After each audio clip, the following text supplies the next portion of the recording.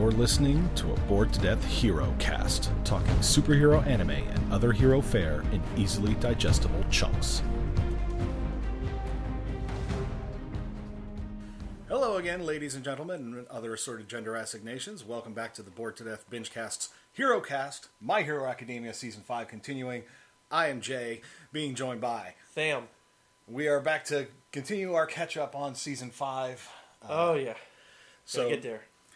In our last 5-episode binge, we covered Endeavor's quest for atonement. Not necessarily redemption, just atonement.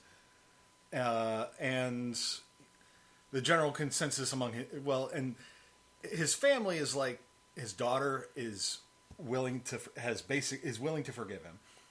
Shoto and Natsuo, not so much. Definitely not so much on Natsuo's part.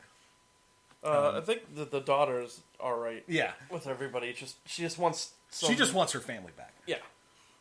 And Endeavor basically said, "I will go ahead and buy a new home for you guys. That's one that's more convenient for you, and I'm gonna check your mom out of the asylum and let her move back in with you. And I'm not gonna be there. Yeah, I'm gonna stay at the old family home, the old family dungeon meeting grounds. Yeah, with all the paper walls where there is no privacy. Yeah, everybody just so that means every time he beat Shoto, everyone in the house heard it. All the and siblings, you wonder why, and parents. you wonder why Natsuo has trouble forgiving his father. Oh, it's like even it's not just the fact that Toya, the eldest brother, and the one Natsuo was closest to, is, as far as they're aware, is dead. Spoiler, he's not. It's really Dabi. I know that hasn't been confirmed yet, but we fucking know it's Dabi. I said since the first time I saw Dabi, I'm like, that's pretty convenient. I mean, it's not like there aren't quirks that sort of repeat or copy. Oh, yeah. It was just also the scarring, too. Yeah, the scarring. Yeah, the scarring is a definite clue that he has some sort of connection to Endeavor. And now that we know that there's a missing Todoroki brother, yeah, it's fucking Dabi. But then in the 5th episode of our last binge, we had the horrible secrets of the Nomu. Uh-huh. They're like, they can revive the dead, sort of. And they're trying to... Or use the bodies with the quirks intact to start off a Nomu. Because it turns out Kurogiri, the Warp Gate member of the League of Villains, is a Nomu. Which made sense. I mean, we should have seen this all along. He was always just waiting for instruction. Mm-hmm. Especially given that he clearly had more connection to the higher-ups within the League of Villains than Tomura Shigaraki did. Like, he was in communication with them in some respects. And I'm like, I'm like, why is he even tolerating the disrespect and Shigaraki's immaturity? And then it turns out it's because he was assigned to keep him safe. And but it also came out that the successor safe. Mm-hmm, keep the successor safe, and that Kurogiri had been a classmate of Aizawa and Present Mike named Obura Shirakuma. I don't know that they ever specified exactly what his quirk was. It was in the flashbacks. It's the basis of it is what they used to make Kurogiri. So I'm guessing it had something to do with warpage. Teleportation or something. But at any rate, both of them were appropriately horrified to find out that their best friend was warped in this way. And they briefly managed to get through to him through whatever brainwashing / programming they put into Kurogiri. And he told them about a hospital being where the Nomu were being created. But then we got, in the stinger of the episode, or towards the end of the episode, we saw the doctor, the scientist that had been helping keep All for One alive, is now experimenting on Tomura Shigaraki, and has apparently found a way to perfect his process to graft multiple quirks onto a person without destroying their personality. Wow, his quirk is really good. What is it? It's called Cloud. It allowed him to create different sized clouds dense enough to be touched, even to hold up weight of one or several people. So that explains the black mist and everything. His clouds can float on air, so Obra was capable of moving through the air by riding on them at great speed. So, Son Goku. Nimbus. Yeah, and hence why he has that all the mist and everything. And then then they just sort of combined it with some sort of. His corpse was stolen by All for One to be transformed. Yep. And this has all still been in the lead up to the event that we saw, or the aftermath of the event that we saw earlier in this season in Deka City. He doesn't have the original quirk anymore. It's just the basis. Okay. But we're still before the event we saw in Deka City, where the city got leveled. I like the advertisement. But this binge, we're covering 5 episodes, so 108, 109, 110, 111, 112. And then we'll be almost all the way caught up. There'll be like 1 or 2 episodes left to go, and then we'll be current again. I think about 2. And that's caught us up to Japan, too. I guess they had some kind of hiatus. Because right now, we did the most recent episode, and I noticed that it was the literal last episode. Because usually when I'm watching the English, it'll jump to the next episode automatically in Japanese. But this 5-episode binge, we're diving in with My Villain Academia. And this is this 5-episode binge, and based also on the thumbnails and such that I saw when we were looking at how many episodes we had last week, we're going to be covering a lot of the sort of origin stories, or backstory at least, for Tomura Shigaraki and potentially other members of the League of Villains. We'll see. We'll see. And I'm not asking you to tell me.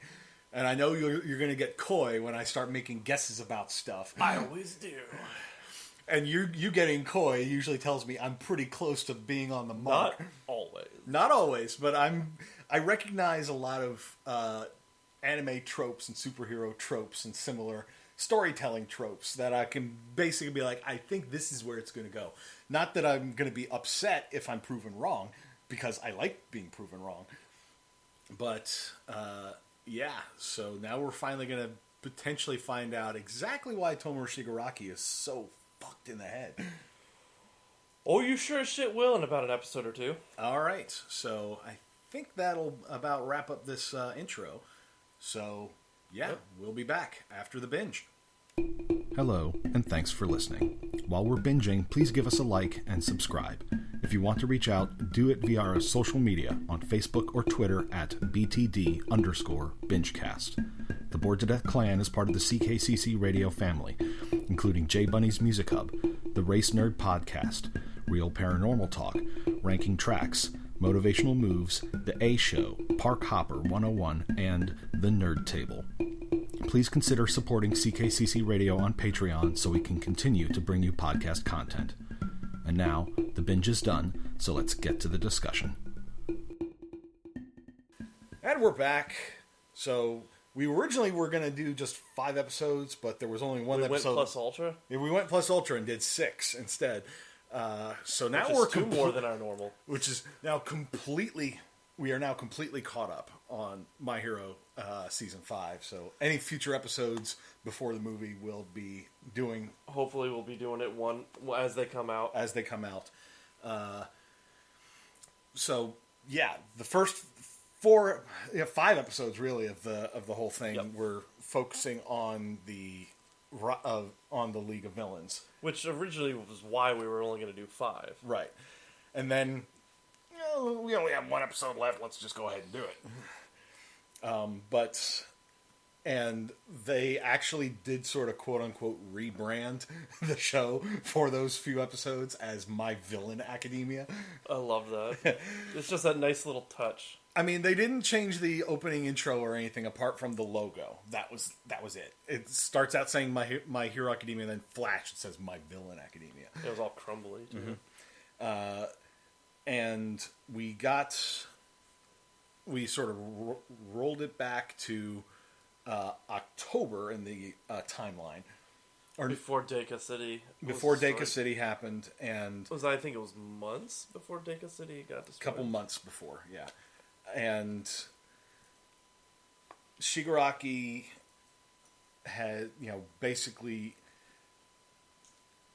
because he was tapped to be All for One's successor, the doctor told him, if you really want to become a successor and you want me to give you more power because I can do that, you need to prove yourself first. And the way to do that is by making Gigantomachia submit to you. Because he refused accept you as the to accept you as All for One's successor. And so the League of Villains rocked up to meet with Machia, who was just sort of like, no. It's like, nah, I'm good. And they, what we ended up getting, is they, for like a month and a half, they were endlessly fighting Gigantomachia, who would only every so often would fall asleep for like 3 hours. He could go, was it 44 hours and 40 hours and 44 minutes? Mm-hmm. Something to that Practically effect. 2 days without stopping. And then he would sleep for 3 hours. And every time he woke up, he would beeline for Tomura. Because, nobody else. And he knew where Tomura was at all times. Wonder why that was. And so the rest of the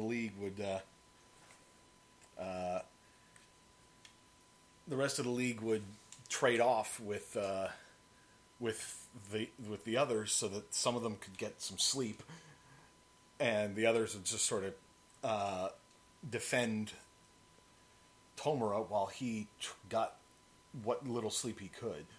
But they were all basically getting run ragged because Gigantomachia just would not stop. And the other two of them would trade off shifts, mm-hmm. so they could actually rest and not die. And we got a couple of little glimpses at Tomura Shigaraki's backstory, and we learned his real name, Tenko Shimura. So we got confirmation there that he was related to All Might's predecessor, Nana Shimura. Yep. And we learned that he had killed his family with his quirk.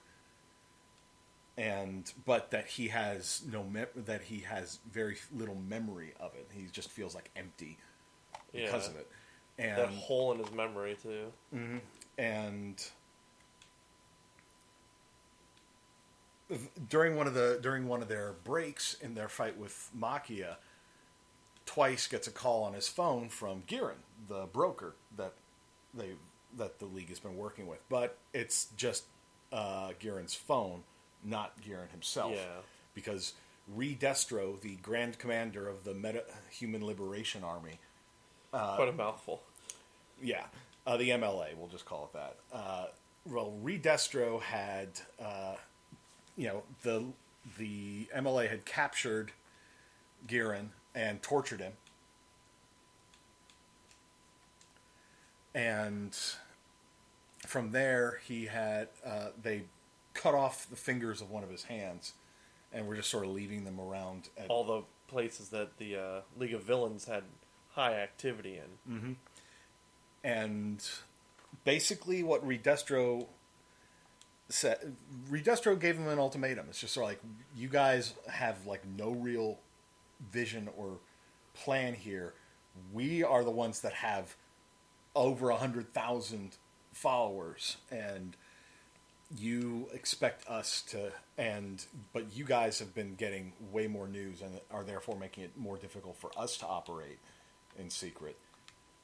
You will either back down and agree to stay out of our way, or we'll just tell a bunch of heroes where you are, and you'll have to deal with them. Endeavor, Hawks, and he just started naming off a whole bunch of them that they had access to.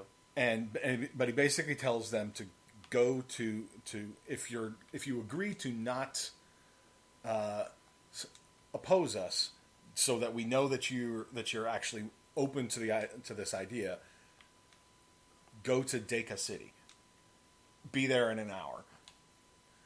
And so they have to rely on the Doctor using one of the Nomu who has this like transmission quirk, which is that weird black goop stuff that was used on the night that we saw All Might versus All for One. They use that to transport to Deka, and well, then we got the League of Villains versus the Metahuman Liberation Army. Well, he also had to convince the Doctor. Yeah. And really what the League was planning to do was just unleash Gigantomachia on the army. He's asleep. He's going to be asleep for roughly 2.5 more hours. Let's get in there, rile some shit up. By the time he gets to, he'll just lay waste to all these guys, and it should wear him down to where... Only it doesn't quite go that way, because they end up fighting with the army, the Liberation Army, almost immediately. And we learned that we got a little bit of backstory on the Liberation Army, that it originally formed back during the early days of quirks and everything, and because the government had stepped in and to try to regulate quirk usage, and that there was opposition to that idea that it was, the usage of quirks was like a human right to the liberation movement, especially where Destro was concerned. But the government stepped in, defeated the army, arrested him. He wrote a book while he was in prison that got published, the Meta Liberation War, and then committed suicide. Only it turns out that he had a child, and he was not aware of his child either. Yeah, he wasn't aware that he had a child, but this child would end up, we found out in these episodes, was ReDestro. Makes sense. Uh-huh. And name yourself after father when you're trying to follow in their footsteps and carry on their legacy. And so the League of Villains, we meet a few of the high-ranking members of the Liberation Army. We met Hanabata, aka Trumpet, who was a politician, and we found out later the that Hearts and Minds Party. Yep. And that he has a quirk that allows him to basically hype people up and make them stronger, make their quirks work better, and everything like that. The definition of a support class kind of thing. And we also met this journalist called, her codename was Curious, and she had a weird quirk. Yeah, her quirk isn't really connected to what she does for the MLA, because she's just sort of part of their propaganda wing. But her quirk is called Landmine. She can basically make anything she touches explosive. Not like super devastating, but you can't ever tell what she may have booby trapped in that respect. And find out, she could booby trap people. Mm-hmm. And that the people that she booby trapped were willing participants in this, because she targeted Toga, because she knew who Toga was and knew about her backstory, that she had killed classmates while she was in middle school. Killed as far as we knew, a classmate? At least one classmate, yeah. And she was drinking his blood in the hallway. Was it middle school? Yeah, they said middle school. Okay, damn. She's the same age as Deku in them. But she just doesn't go to their school because she basically ran away from home. But the backstory with her is that, with her, she was, because of the way her quirk works, she's always had this weird fascination with blood. And that just sort of creeps the fuck out of everybody. Well, yeah, because she thinks of it as normal. And she, her parents saw her with a bird saying how pretty and cute he is, dead after she drank the blood out of it. Mm-hmm. With this demented smile on her face. Yeah, and it was, she had tried to put on a quote-unquote mask, not a literal one, but just to sort of pretend so she could try to fit in. And then she saw Stain and was just sort of why am I hiding who I am? He's like me. Mm-hmm. And because their quirks work from ingesting blood. Yep. And Curious kept trying to get Toga to like open up and give her an interview, as she kept. And did you notice in one of the flashbacks the boy she had a crush on looked a lot like Deku? It was Deku with black hair. Yeah, it was a lot like Deku. That's a popular style you got there, Deku. Mm-hmm. And which makes it a way more obvious why she latched onto Deku so fast. And probably had a personality match too. Yeah. And in Deku's dad got around. Yeah. I wonder why he's not around. But Toga is, and she's getting her ass kicked throughout all of this. You know, if it's not like the explosions going off, then it's like just the rest of the other metas, because the entire city had been roused against them. They said like how much percent? Like 90% or 90% of the city were willing participants in the MLA with all of this, and she finally, as she manages to break away and run for it, she reaches into her like emergency blood supply, just like a little single vial of blood, which was Ochako's. So she takes Ochako's appearance, but then as she gets cornered again. Well, you also remember she said she keeps these for like emergencies, like she wanted to use it for like own personnel, because she knows Deku trusts and likes Ochako, and so this was clearly, you know, her reserve to get close to him again. Exactly.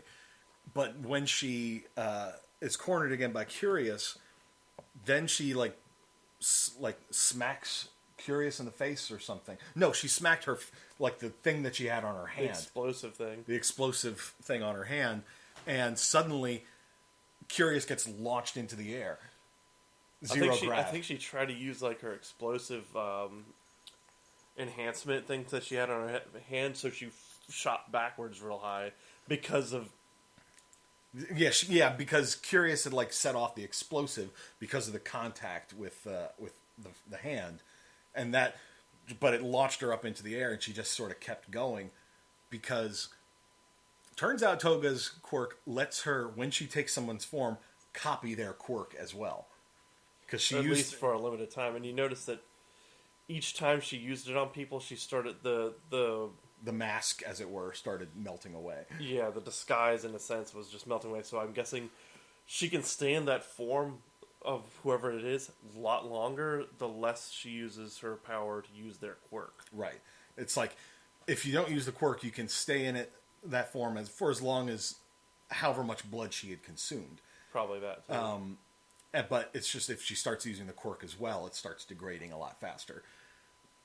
But I was just like, so this is like quirk evolution that we're seeing right in front of us, because most of the League of Villains, we saw two of them at least, sort of take a level up. In Tomura's case, it was more a case of once his memories came back, his quirk came back. But yeah, you see how fast she darted through all the people, touching them all. Well, she was fast even before that, but.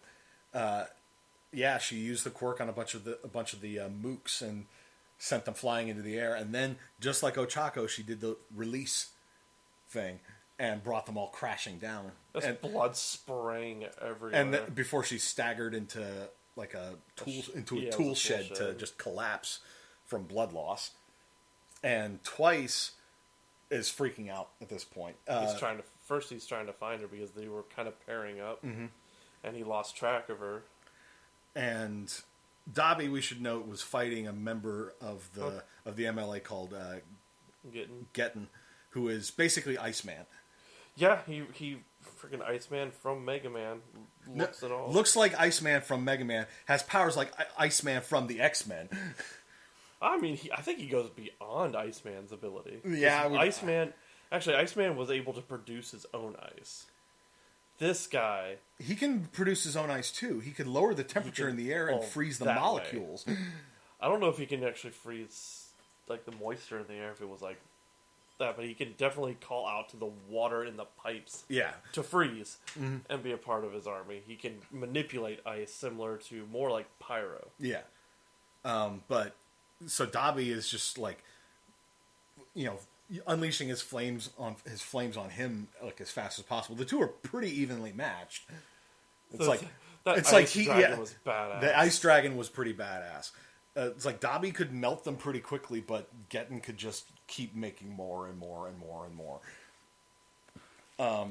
But when Twice realized that Toga was missing, he finally tracks her down, and he's like freaking out because he really likes Toga. She helped him, and he has strong emotional connections to anybody who helps him out, like Giran, the broker. Because Giran and Toga especially, and she, he's like trying to look after her. Then one of the other members of the MLA, who runs Feel Good Incorporated, which is like a telecommunications. I just thought that was company. hilarious. Yeah. The only thing I thought was the Gorillaz song. I wonder if he's a fan of Gorillaz. I wouldn't. I mean, with all the other Western references, Western media references that they put into My Hero, I would be shocked if he wasn't aware of it. But this particular guy, who's called Skeptic, he can basically make clones of people out of inanimate objects. Out of inanimate objects. It has to be like similar mass, but. And he makes a bunch of them, and he can control them. And he can control them remotely, especially remotely because of the wide range of technology that he has access to. Him and ReDestro, because ReDestro is the head of another company that makes a whole bunch of stuff. But the clones that he made were clones of Twice. Because they were doing it to fuck with his head. Because they were aware, thanks to the notes that they got from the broker's files, knew that he had some serious mental trauma from the backstory that we saw of his. And so all these clones step in, and a couple of them have him pinned to the ground. And he sees them, they pull his mask off, which of course sets him off. And he's like freaking out. He's not sure who's real, who's fake. It's like, are these mine? Like, did these get away? And not only that, but because Curious needed Toga to be dead for the propaganda piece that she was going to write, a couple of the clones had picked her up, and one was starting to twist her neck. And Twice is freaking out about it. He manages to fight off a couple of the clones, and then he gets sort of caught again, and because he what's his face? Skeptic called on him to punch him. Yeah. So they punched him and got him back, and then break his arms. But the problem with that is, we got a little bit of refresh on how Twice's power works. That he can make 2 copies at a time, but if he copies himself, each of those copies can copy 2 things. And so on, which is how he was able to make multiple clones of himself back when he first had multiple clones before the mental trauma. But each double that he makes is weaker than whatever the original was. And they can't deal with and if they get damaged, then they just sort of melt into goo. And he says the damage is just like breaking a bone. And so when the copies that Skeptic had made break his arms, he then starts laughing because that helps him realize my arms are broken and I'm still here. That means I'm real. He's like, it hurts so bad. And because he'd been avoiding damage for so long because he wasn't sure. He was so mad at himself for avoiding damage He's like, I could have fixed this so long ago. And then suddenly he levels up. Well, and this goes back to, in the flashback we saw when he was speaking with the broker not long after the mental trauma happened, when he had a bag over his head. Broker's just like, you could conquer the country with your quirk. And it's like now he suddenly realizes just how powerful he actually was. Because he then unleashes infinite copies and infinite doubles and unleashes the Sad Man's Parade.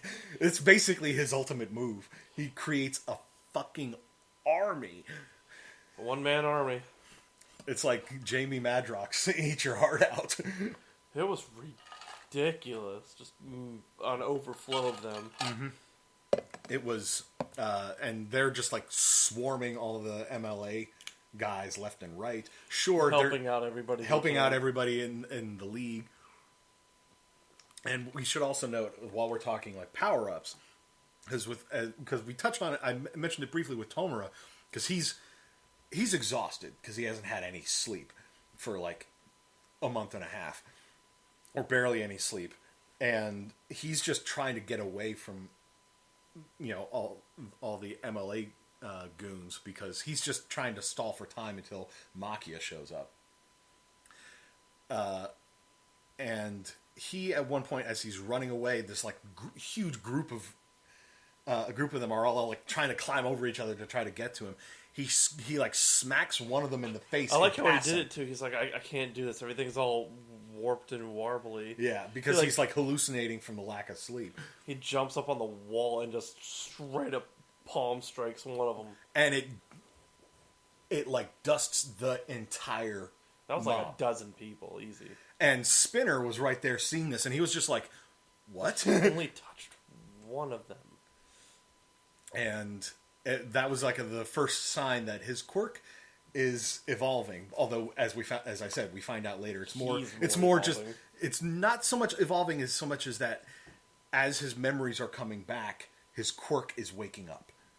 I think it's more that he suppressed it because of all the hands. There's that too.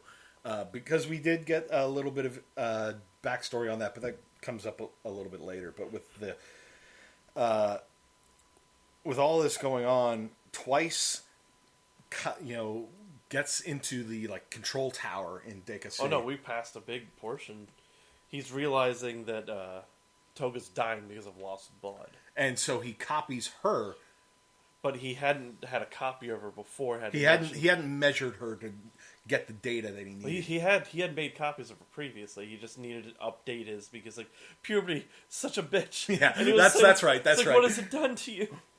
What have they done to your sweet face? He had to take proper measurements of her so that he could make copies of her, and because the copies are also damaged because she's all fucked up.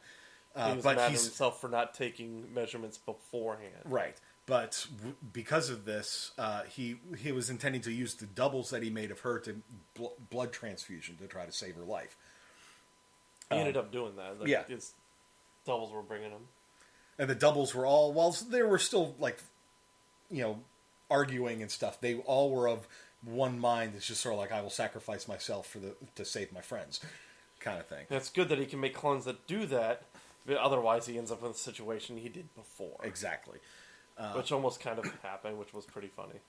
But he manages to get into the tower where ReDestro is sort of overseeing all this in Deka City, and he then makes copies of the rest of the League of Villains. He made copies of himself, and those copies made copies of the League of Villains. That's right, and even these copies pretty much had the same personality as their real selves, which is another good sign that his quirk is way more powerful than we really thought.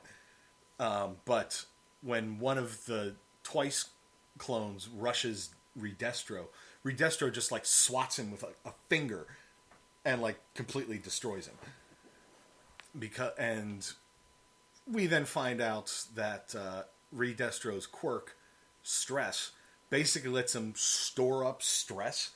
And then he uses that to basically turn into the Incredible Hulk. Yeah. But he can formulate it into like one side of his body or the other or all.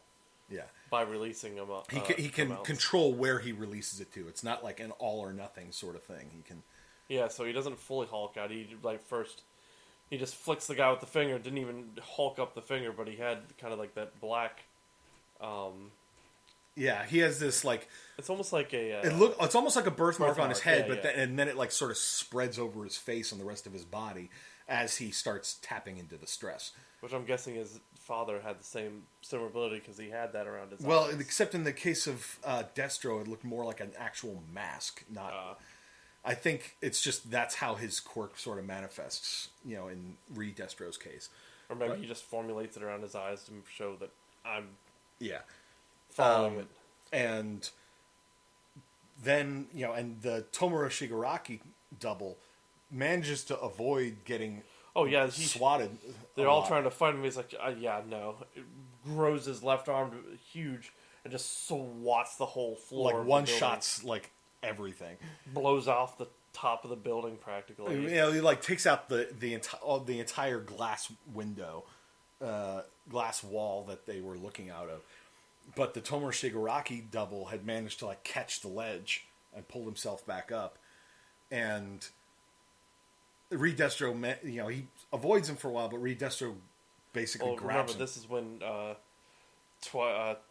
twice his clone almost died. Mm-hmm. Oh, yeah, at the very beginning, he's like, well, I don't want to die. I'm the real one. They had the argument beforehand, before getting annihilated. But once the swipe happens, the other Twice was half alive. Like half a body. And it's just half slime, and makes another one. And to catch Giran. To get Giran.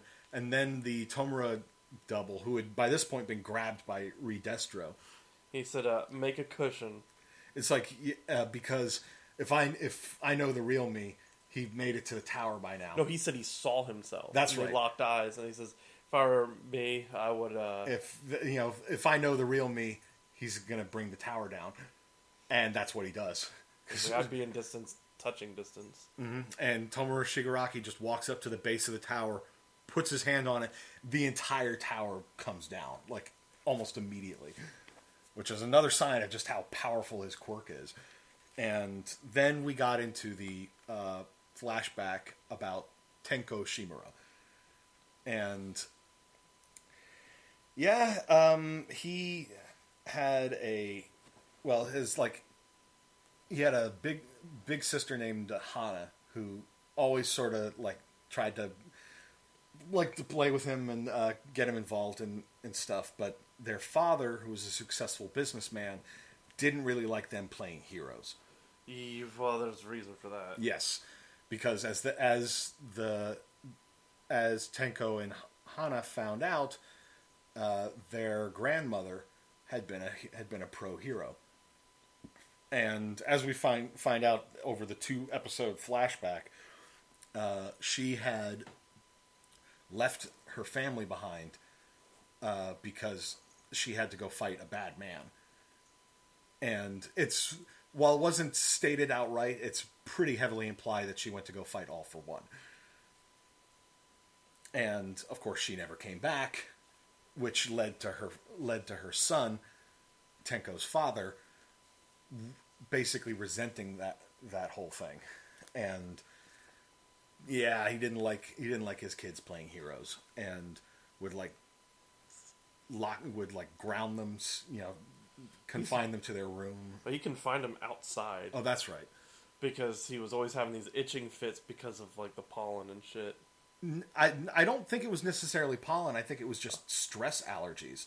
It was probably stress allergies, but they equated it to, oh well, he's outside. The pollen's really bad. Because his family didn't know what was triggering his allergies, But so he was like itching all the time and scratching at himself all the time. And then one day, after his father found out that he had gone into their office and gone into the drawer where they found the pictures of their grandmother, he gets mad, real mad, and slaps him. And well, that was the other thing was his sister blamed him for the exact thing she brought him. Yeah, because it was Hana who brought him into the office to show him this, and then when they were confronted about it, she blamed Tenko. That's right, I had forgotten about that. And so he gets blamed, gets slapped for it, and then as he's outside, just like sobbing and like scratching at himself, the family dog, a little corgi. I felt real bad because it reminded me of Ein. Oh yeah, I think that was on purpose. Oh yeah, and the dog is just sort of cuddled up to him, like trying to comfort him, and then his quirk manifests, and you just see the dog like make a little, like whine, and then you just see the life go out of its eyes. God, they did that too well, and I hated that. Oh yeah, And, he starts freaking out as, about this. There's like bits and pieces of the dog there. And blood as well, because his quirk hadn't yet gotten to the point where he could just like crumple them into dust. It was like chunks of them were left. And then his sister, comes out, sees what has happened, starts screaming. Well, first she came out and apologized. To apologize for putting all the blame on him. And then she sees what happened to the dog.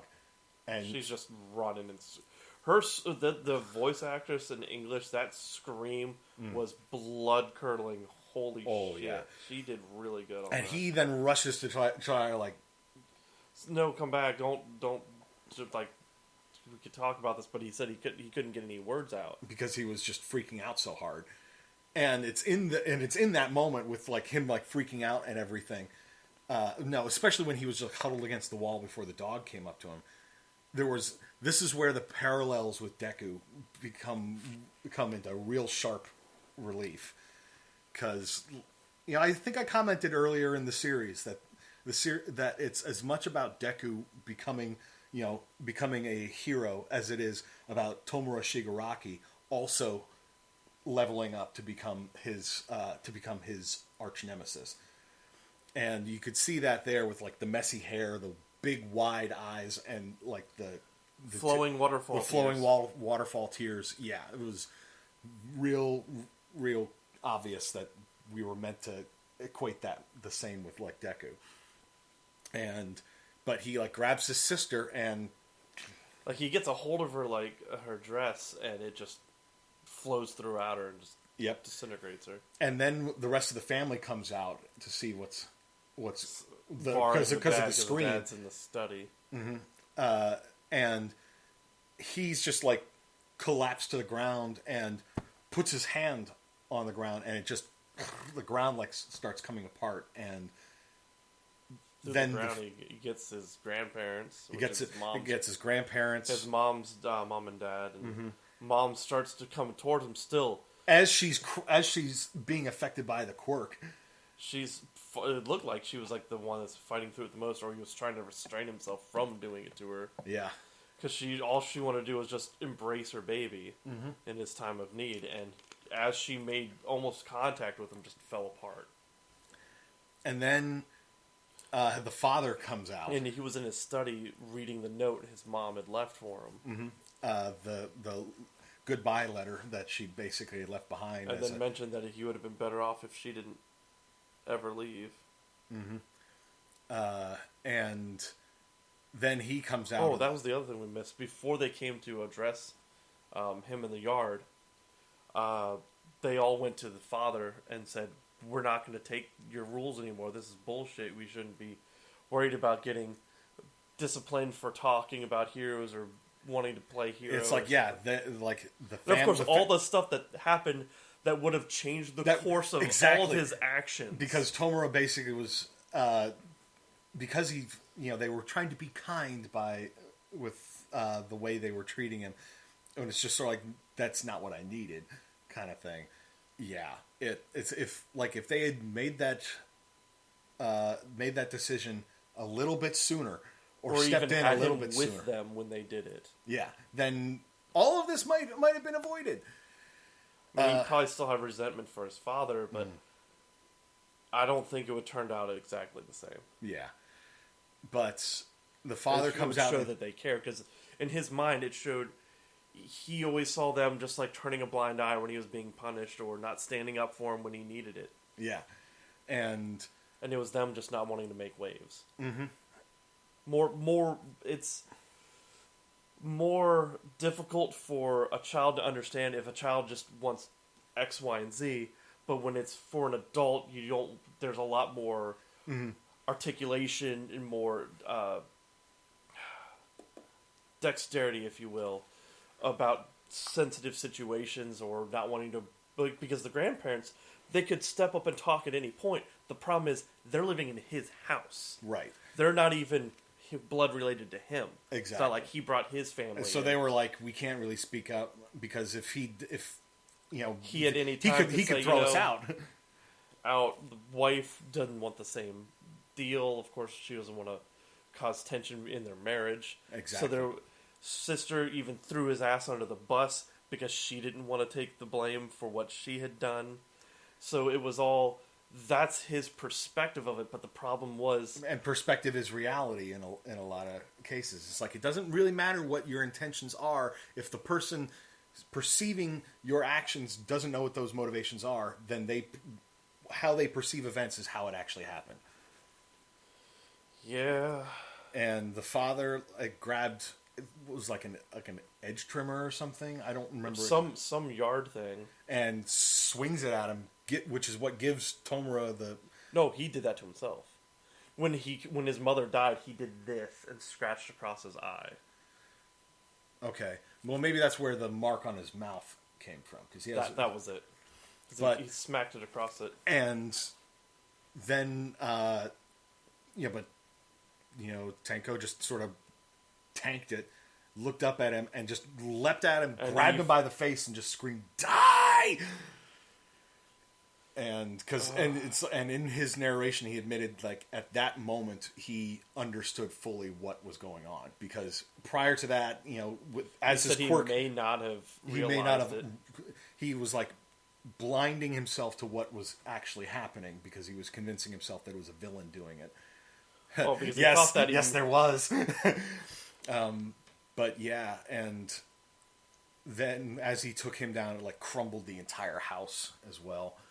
And then he just sort of wandered aimlessly with bloody hands, an insane look in his eye, his curled back, chapped as hell lips, like itching and everything because of the stress from all of it, and just wanting someone to see if he was all right, just to check on him. If anybody had basically done something instead of taking one look and being like, nope, somebody else. I'm sure a police officer or a hero will be along shortly. Like, is everything all right? Oh God, crack baby. We're gonna go ahead to hero or a policeman's gonna help you. Yep. Nobody came. Well, someone. Yes, arrived. And then that someone was All for One, who took him in, and he and the doctor retrieved his family's hands. I don't think they actually retrieved. I think those were just metaphorical hands. I'm sure they were, but they told Tenko, these are your family's hands, and your sisters, your grandparents, your dad, your mom, but there was no little pause for the puppy because the puppy wasn't holding him back. Yeah, and they basically used the hands by putting the hands on himself. It sort of helps restrain his quirk, but also liberates him at the same time. It's so strange. Yeah, because he was too scared to use his power to defend himself. But when he has the hands on him, he's like, "Yeah, I'm gonna kill you, bitches." Yeah, as we saw, because All for One basically asked him what he wanted to do, and Tenko just thought of these two like thugs that had accosted him in an alley, and we saw in that brief flashback he was about ready to use his quirk and then stopped himself, but then he gets sent back out after he has the hands clamped to himself, and this time he doesn't hold back. And still at that point there was blood and everything. Yeah, and All for One admitted to the doctor that he was going to cultivate his new identity. Gave him the name Tomura Shigaraki. Tomura's derived from a word in Japanese that means to mourn or to grieve, and Shigaraki is his family name. And basically said to the doctor, "I'm going to turn him into the symbol of fear." There again, and the other thing he said to him, he's like, "Do not worry, because I am here." Yes. There's all sorts of parallels between him and Deku and All for One and All Might, because All Might had been the symbol of peace, and while Endeavor has become the number one hero, he's not the symbol of peace.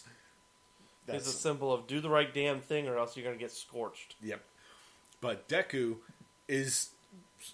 the intent is for him to become the symbol of peace once he manages to get his quirks under control. Man, get your shit in gear. Because you literally have someone that you cannot let him touch you. Touch anything you're on. You need to work on air maneuverability.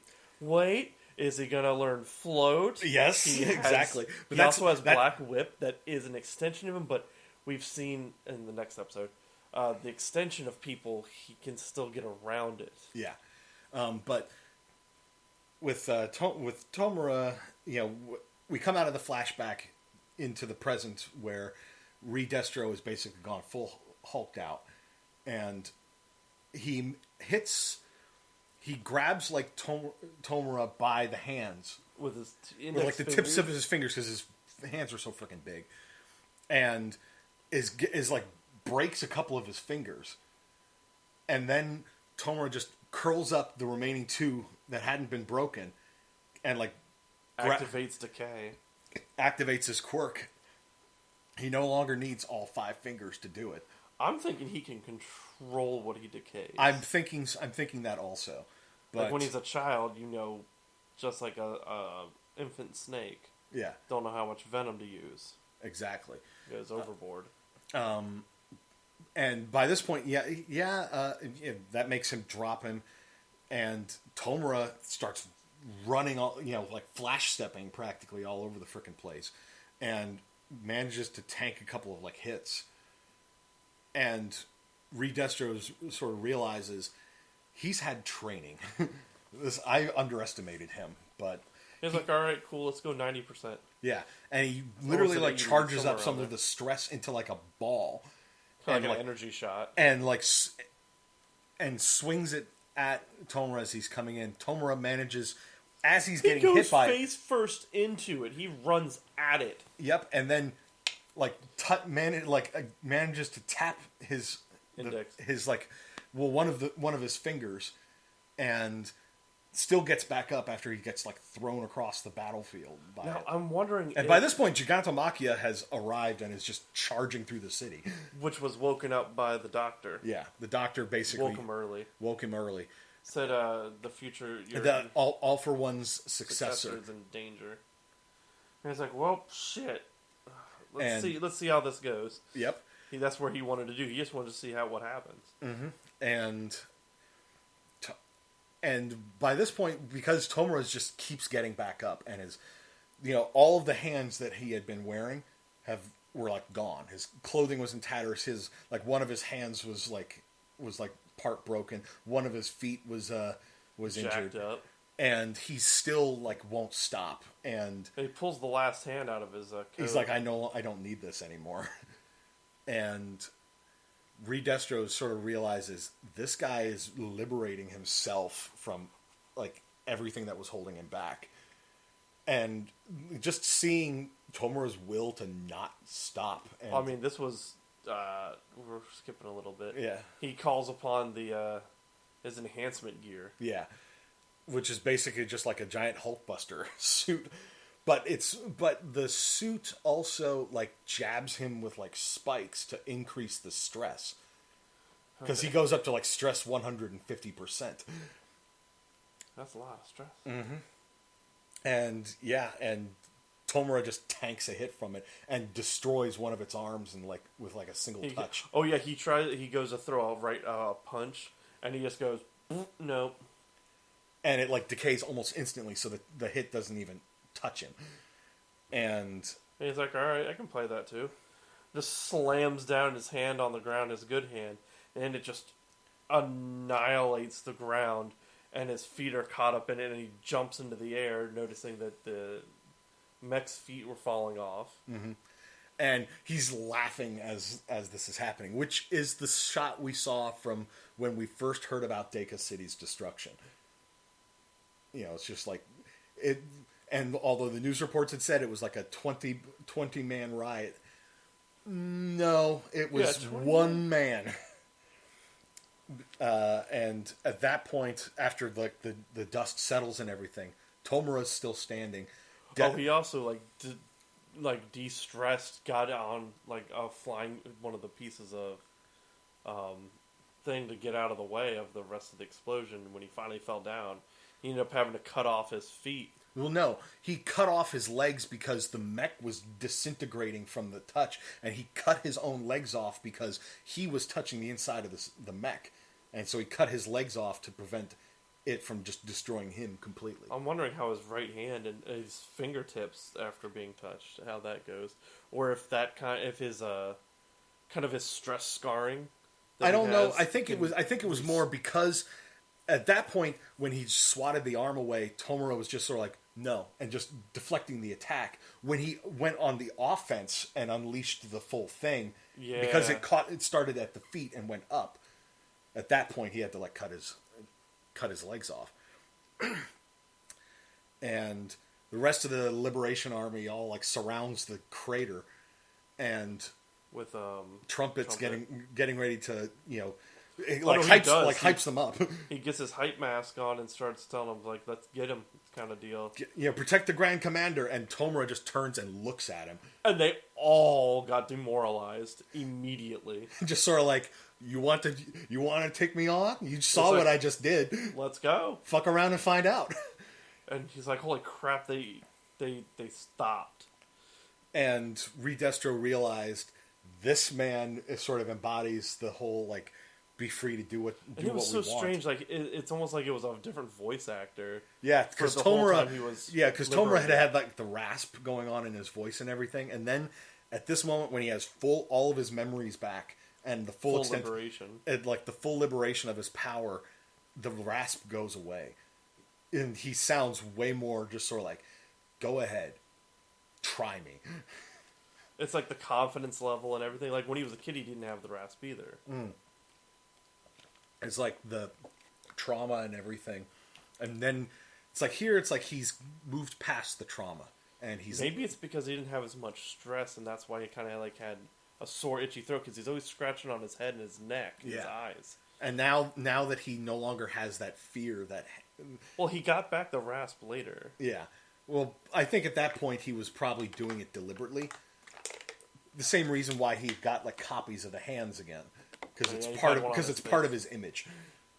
But ReDestro calls off the Liberation Army, and he literally like kowtows to him, like presses his head to the ground, and declares Tomura Shigaraki to be the new leader of the Metahuman Liberation Army. And a week later, the press is thanks in part to Feel Good Incorporated and the rest of the Liberation Army doing their thing behind the scenes, has blamed the attack on Deka City on 20 men, 20 villains, and and said that people lost their lives because they were trying to protect themselves. And the residents that had died had been trying to protect themselves because the heroes didn't make it there in time. But then they were called out to a fake incident. Yes. And when they got, the narrative that got pushed from that point forward, while there were some people that were arguing that the residents that died, shouldn't have done so because they weren't, because quirk usage or whatever. But that to help push their narrative of free will to use quirks as needed, or as they see fit, I should say. Exactly. And also out of all this, with the army, the Liberation Army, bowing to Tomura Shigaraki. When this happens, Machia's there and sees this and starts smiling because he's just like, he is the successor to All for One, which is basically all the proof that the Doctor would need. Well, the Doctor did that on purpose, knowing that this would be the only moment. But that's why he woke him up. A week later, all the Liberation Army is gathering at their headquarters, where ReDestro, in like a new like mechanized wheelchair kind of thing, publicly declares Shigaraki to be the new leader of the combined League of Villains and Liberation Army, but with that they are going to cast off the old name. Like they called him Supreme Commander, like Cobra Commander and Destro. Yeah. The G.I. Joe parallels you pointed out while we were watching it.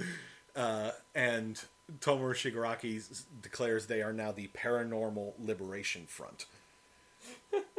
because it's just sort of like they're getting rid of the whole heroes and villains thing. The paranormal thing just made me laugh. I like that because it will make Toga happy, because Toga doesn't see any of what she does as wrong. She sees it as normal. Paranormal, not as in exactly paranormal, like ghosts. And Shigaraki at this point, although he is still injured from the fight, he's got his leg in one of those like walking boots. He's got bandages all over the place. His chair was a big fluffy chair. He was in the big he was in the nice big padded like throne, and he had like a fur collar coat like a freaking mob boss. He had that great suit that all the best money could buy. And it was more like a cape rather than a coat, I think. But it didn't matter. He looked like a freaking badass. And he basically said, "Now we'll do what we want," which is like, well, what's your first thing? Do what we want. Oh yeah, these are all my generals. Yeah, everybody on the stage. My 9 generals. Everybody, you guys will get. We'll assign teams as we need you. And then he goes to the doctor, and it's just sort of like, so hey, have I proven myself? Yes, want an upgrade. I want more. I want an upgrade. And he goes, yeah, okay. Why do you want it? Because more power is available. I want it. I just wanted to know. And he's like getting him prepped for all this, and it's just like, you're gonna. How long is this gonna take? The next 4 months are gonna be absolute agony. But during all this, he's the doctor is talking about how quirks have evolved and everything, and that the quirks are now becoming too powerful for their hardware, by which I think he means like the human body, as we've seen with One for All. Well, he also made modifications to the guy in the second movie. Yeah. So he was able to hold that many quirks. Nine quirks, yeah. And the doc also mentions to Tomura One for All, and you can see Tomura when he hears this, like, it's like, he says you'll be able to reign over everyone, including One for All. He's like, wait, what? It was a part of your master's schemes that went awry. And then from that point on in the episode, it's just more like sort of catching up with 1A. We cut back to the present day, with Hawks is still like infiltrated in the PLF, and he's gotten to the point where like Twice is happy to see him, and the rest of the league are just like sitting around eating sushi. Toga's like all bandaged up. She's got an eye patch. Oh no, that was them eating sushi and stuff. That was before they came downstairs. Oh, that's right, for the big speech. But Twice was mourning Toga's double. Yeah. Well, it's because he's, and Twice, we should also note, is now back to his sort of like arguing with himself, but worse. Yeah, even worse. Like it's now 4 of them instead of like just 2 voices in his head, there's like multiple. Ooh, watch it there. Yeah. But then we cut back to Class 1A as we got to see them take on a bunch of like combat robots, just to like show off what they learned during their work study, and they're all like doing like team up moves, and they've learned how to use their quirks in new ways and everything. Like Mina can control the viscosity of her acid. The way she can make it as like a full body thing, and she goes up to Kirishima and is like, I've learned it from you. From watching your Unbreakable thing. And he's just like, really? That's cool. And it's just like... They're the cutest goddamn couple. Yeah, they're not even a couple, really. They need to be. They need to be immediately, yeah. I agree. I mean, their quirks complement each other. Like, he can withstand her acid. Yeah. And we also saw Sparkle Boy, whose name I can't remember at the moment. Can't stop twinkling. Yeah. Twinkling can't be stopped. Yeah, the twinkling never stops. No, it's like can't stop twinkling, the sparkling never stops, I think is how the whole thing goes. But we saw him, he's able to basically make like a lightsaber come out of his navel. He actually calls it a naval saber. He hardens the light. Mm-hmm. And he teams up with the Invisible Girl, and that can bend the light because she bends light, and so yeah, she literally can make the beam like curve around and hit an enemy. So it's just like, hey, that's awesome. Like Anna Voice is able to like refine his communication skills with the animals and everything. Rather than just telling a whole group, he can section it off to different groups of animals. And Ochako shows off her like new support gear and her thing that she teams up with Asui. And then she goes over to Deku and is basically... Deku goes to her. Yeah, Deku goes to her and is like commenting on it, and she... Like, oh, that's really neat. I like that. And she says, you know, she got the idea after seeing him use Black Whip. And, you know, it's just like, they are so... And I'm just like, she is the best girl. Yes. And while this is all going on, because All Might is there watching this all go down... Aizawa and Present Mike are like in the teacher's lounge after just returning from Tartarus, where they learned about the Nomu. And Present Mike is pissed. He's just like planking on the table, like the coffee table. I like how he's mentioning, it's like, what do you think? It's like, I'm thinking of throwing them a surprise. No, he said I'm thinking of soba, udon. That's right. He said I'm thinking of udon. It goes down easy. I'm sad. And then he's just like, I want to throw them a surprise karaoke party and then boil their guts while I blow out their eardrums. And I'm just like, holy shit! The always sort of like cheerful Present Mike is ready to just destroy. His power can be super destructive too. Mm-hmm. And Ares' horn is starting to grow. It's itching. And it's itching a bit, because stress. Nami thought, when we watched that episode, that peanut gallery, something to do with Shigaraki's itching. Some kind of parallel between that kind of itching. And I was like, no, I think it's irritation from either growing... I think it might be both. Or growing in power. It might be both. But maybe she's even manifesting a second quirk or a more powerful quirk. I think it's just that her quirk, because the way her quirk works, she like sort of stores up all of this power, and the horn grows and starts sparking as it does. That's why they called Aizawa in to like negate it enough so it would stop, so it stopped hurting and itching. But they did say that later in the episode, Aizawa commented that he was going to start training, or no, it was like him and All Might were going to help start training her so that she could try to get her quirk back under control. Control in general. And All Might met with Deku and Bakugo because they're the secret keepers when it comes to One for All. And All Might gives Deku like a notebook, like the notebooks that Deku like keeps with all of his notes. He said, "I got some notes on the predecessors of the torchbearers." So he must have did some work while they were doing some work, and basically explaining what he knows about them and their quirks, so that Deku can try to connect to them. But he admitted that like the second and third torchbearers, there's very little information out there about them. Bakugo picks up the notebook and starts flipping through it, and it's just like the fifth wielder was a guy called Lariat, which tracks with the Black Whip thing. He specialized in capture and traversal, sort of. Which I'm hoping we see a lot more of Deku using it to increase his speed. Mm. Yeah, just sort of like Spider-Man. Either Spider-Man or just like clawing his way through buildingscapes, where he just hits into the building and just starts waving himself through. Possibly. And that'd be like the only way you can keep up with Bakugo. Mm-hmm. And All Might basically said the next one is Float from Nana Shimura. And as soon as that he mentions that, Bakugo's just like, I win! One of the first things I learned with my quirk was how to fly with it. I've been doing this all my life.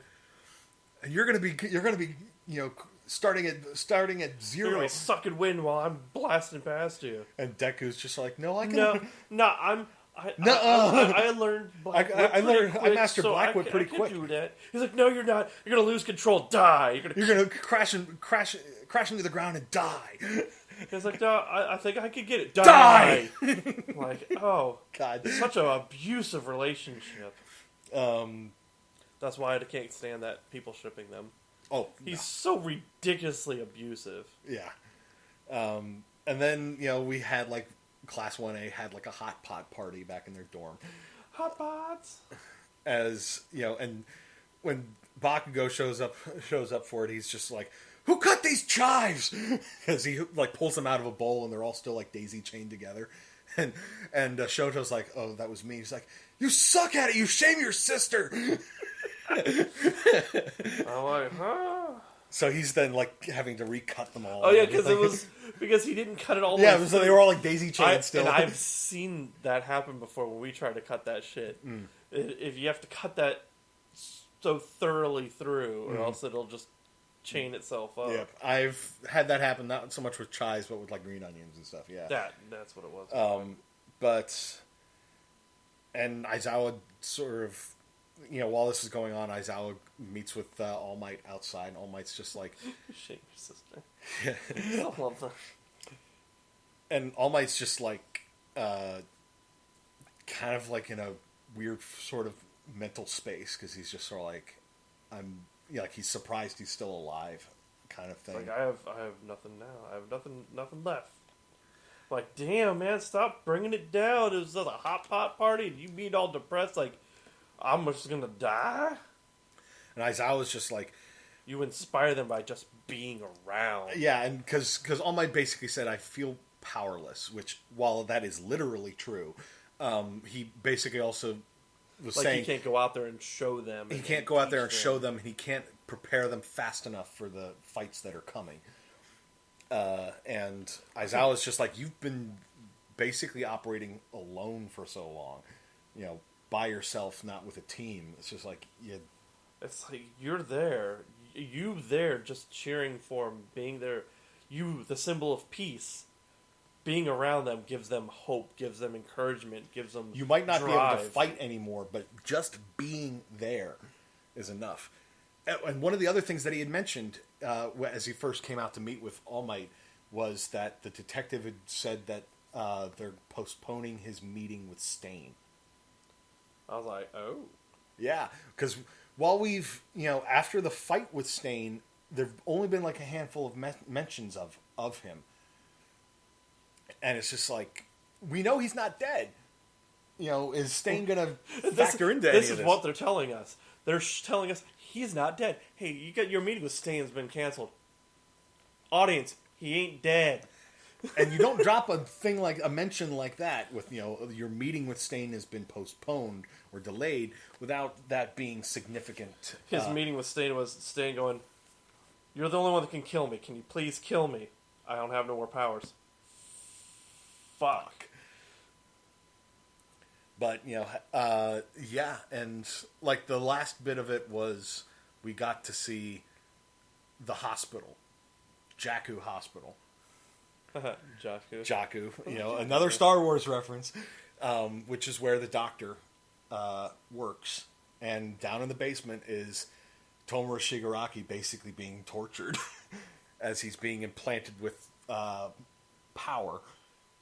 And yeah, it's just they're really building up that the coming conflict with the PLF is going to be a really, really difficult one for the Hero Society, because the Paranormal Liberation Front has access to like satellites and television technology through cell phones, satellites. through Feelgood Incorporated and ReDestro's company, and yeah, it's just like they have a lot of power at their disposal, and this is not just power in the terms of quirks. This is just like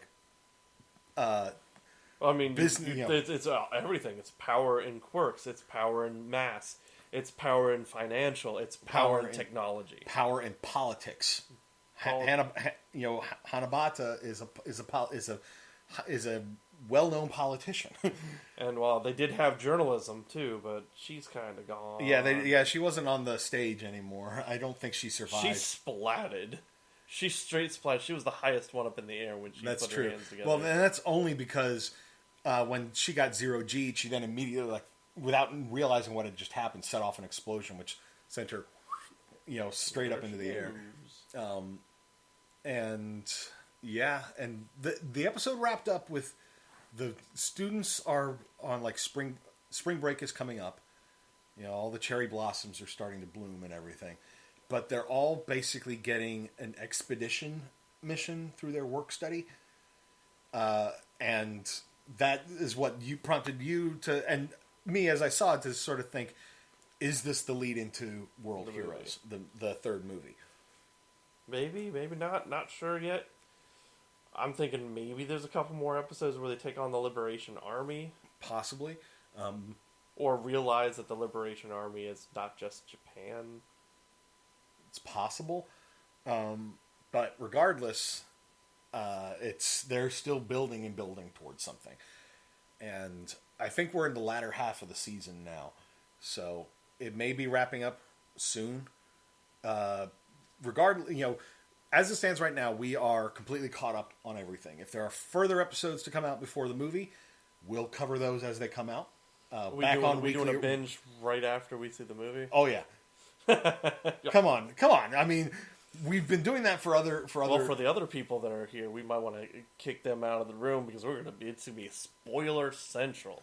Yes, that's true. Zeke and Kat, who live down here in the binge bunker, they have not yet caught up on season 5. So yeah. Well, they won't be able to see the movie at the same time we will. That's also true. So we may have to, tell them, sorry, gotta get out of here while we're talking stuff.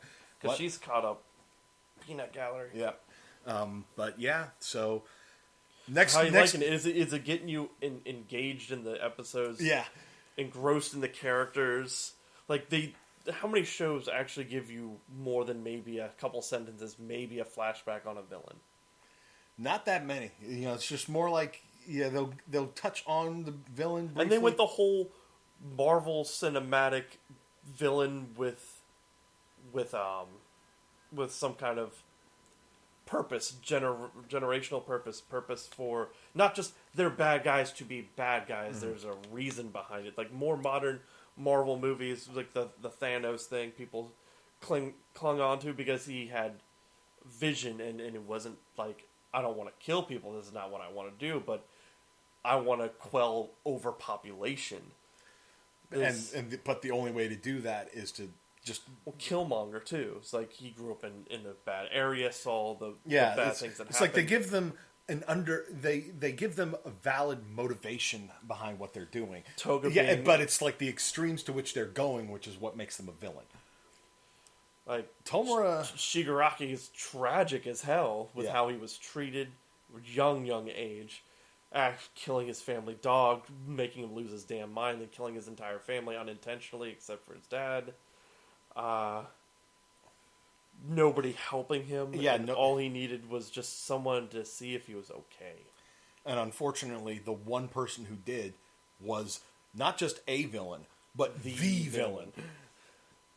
Toga having a quirk that she can't control how she is.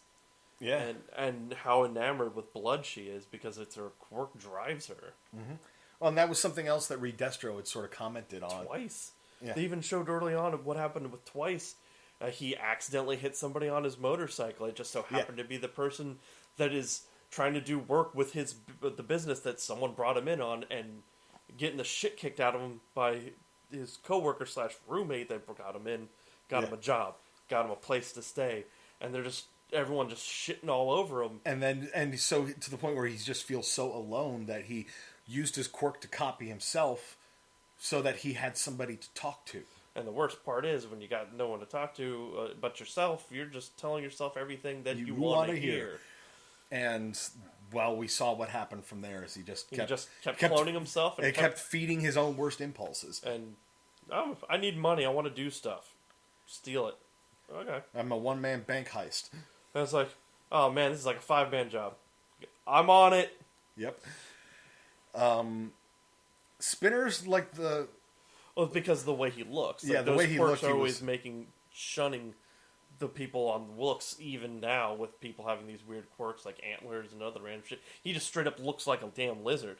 A gecko, yeah. So he's shut in his house and found, like, something to follow, which was Stain. And then that led him to the League of Villains. And that covered everybody in, like, 2 episodes. The only one person left. I mean, that mysterious... Oh, 2 people left. Because when they did the thing on quirk and locations were both unknown, or name were unknown, that was Dobby. Oh, that's right, Dobby. Well, we know who Dobby is. We don't know how he got there. We don't know how he got there. That's true. We know who, but not the how. But it's like, yeah, they're dangling that boy out there. I'm pretty sure that one's what Sam is referring to is the little like commercial break things always highlight somebody that we saw in the episode, gives them their name, their quirk, and how it works, and what the quirk does. But when it came to Dobby, it's just Dobby. Quirk unknown, powers unknown. Well, like I thought it was Dark Flame, but I mean, I guess Hellflame. Yeah. He just made Hellfire. Hellflame is Endeavor. That's right. It was Black Flame or something like that, and it was only mentioned by name by I think it was either Dobby or someone else during season 2. But he, of course, could just be lying. I mean, he could just be saying shit, and that's what he calls it. That's true. But it's like, we don't know who Dobby is. It's Toya Todoroki. We totally know it's him. Stop being coy and just confirm it already. But I unfortunately read too much into what was going on. Yeah, I have been avoiding reading the manga because even though I could catch up on all of current events in that, I'm sticking with the animation for now. I saw some animation problems that it's good to have multiple animation studios or animators working on the same show, but just make sure they're consistent. Because I noticed it when I first watched the episode was when Shigaraki was running around with ReDestro. He got knocked out of his shoes. His shoes were gone. And then when he was doing his sprint around him, he had his shoes on. And then afterwards, the shoes are gone again. Yeah, I noticed that continuity error also. I was like, because we saw like when ReDestro like smashed the ground and sent him flying backwards, the shoes came off because his shoes were already kind of decaying. And then as he was getting back up, shoes were there, and I'm like, wow, them some really red shiny shoes you got there. Oh, and then he ran himself out. And then he's flash stepping all over the place. He has shoes on. Yep. And then they were gone. Then they're gone again forever. The rest of the episode, I'm like, oh, well, whoops. But yeah, it was a good run of episodes. We're all caught up. Looking forward to the movie now in a couple weeks. But yeah, I don't think I have much else to add. And I think we've got 2 more binges of One Punch Man. I think. Let me consult my notebook. I had a separate bookmark just for. We're just about to start the martial arts tournament in One Punch Man. So one in it. So it's like, and that's how many episodes per season in One Punch Man? It's 12-24. So that's the martial arts tournament is episode 17. So yeah, like 2 binges of One Punch Man. Yeah, we gotta get on that, and then Demon Slayer. And then after that, we're gonna start Demon Slayer. Well, I say we, I mean me. You guys have already seen it. Yeah, our Bingecast is late to the Mugen Train, but we're gonna get there. Name of the movie. But that's gonna wrap up this edition of the Herocast. So what? Hopefully, we'll get to Demon Slayer before season 3. Hopefully, we'll see. 2. But that's gonna wrap things up. So for Sam, I am Jay, and we will see you whenever we do our next My Herocast Plus Ultra. Thanks for listening to the Bored to Death Bingecast. Be sure to check out our library of past podcasts via CKCC Radio or via our YouTube channel, and give us a like and subscribe. We'll see you after our next binge.